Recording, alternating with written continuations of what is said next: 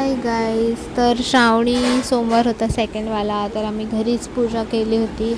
असं आम्ही करतो मातीचं शिवलिंग बनवून तशी पूजा. तर असं भरपूर असं व्हिडिओज किंवा यूट्यूबला पण बघितलं असेल. मग मी मंदिरात जाऊन आले होते.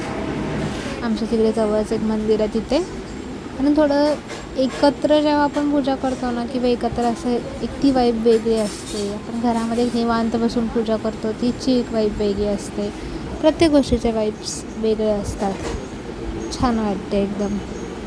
मी हा व्हिडिओ ॲक्च्युली मला जे मी करते ना ते मला खूप चांगलं वाटतं आहे. तर मी असं रेकॉर्ड करून ठेवते की यार मी असं केलं होतं या टाईमला.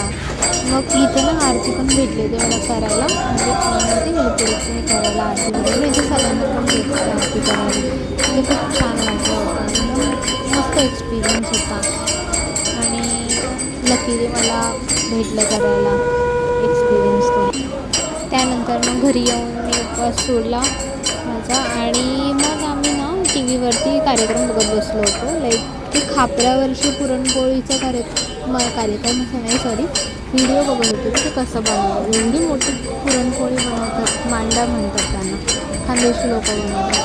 तो व्हिडिओ मी बघत बसले होते की लाईक एवढं मोठ्या बनवतात कशा. पण बघू, मी काहीतरी ट्राय करेन. अजून तर माझा काय कसा बनवण्याचा विचार नाही आहे. मी फक्त व्हिडिओ बघत होते की ते कसं बनवतात, काय बनवतात.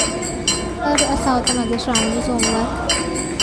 तुम्ही काय काय केलं श्रावणातल्या सोमवारला तुम्ही कमेंटमध्ये सांगा. भेटूयात आपण नेक्स्ट व्हिडिओमध्ये. Thank you so much for watching.